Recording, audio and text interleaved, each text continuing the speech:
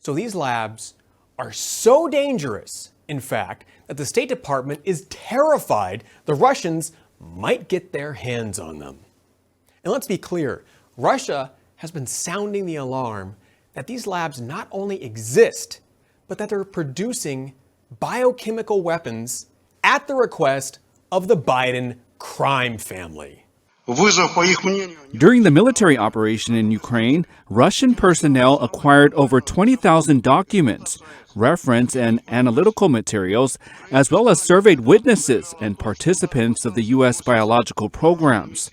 The materials confirmed that the Pentagon aimed at creating a biological weapon and testing it on the population of Ukraine and other countries along the perimeter of the Russian borders. After the deep state's overthrow of Ukraine's government in 2014, Biden visited the country more than 13 times. And Moscow has warned that Biden needs to explain his son's involvement with these labs.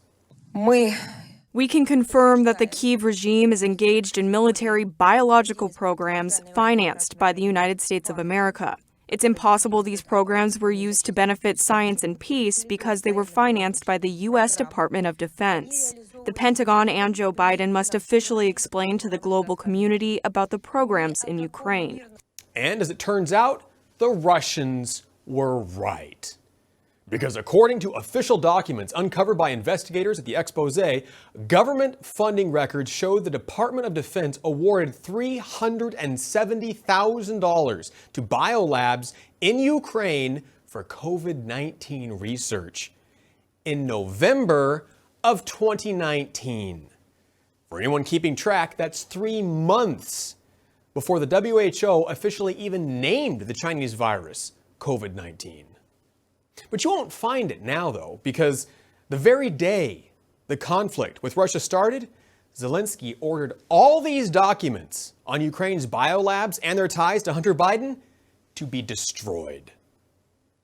All our taxes are going to Ukraine not to fight for their freedom, but to pay for the deep state to design bioweapons to enslave the American people and destroy our lives. We're financing our own destruction and being called traitors and unpatriotic when we resist.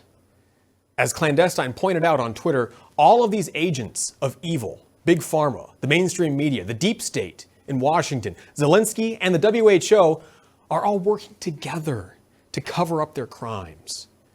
Russia isn't the villain here. Our own government is. Russia may have even had an obligation to fight back against the bioterrorism America is apparently conducting in Ukraine.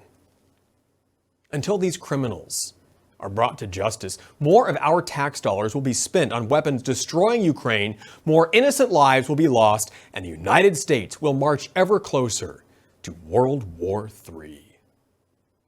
For One America News, I'm Pearson Sharp.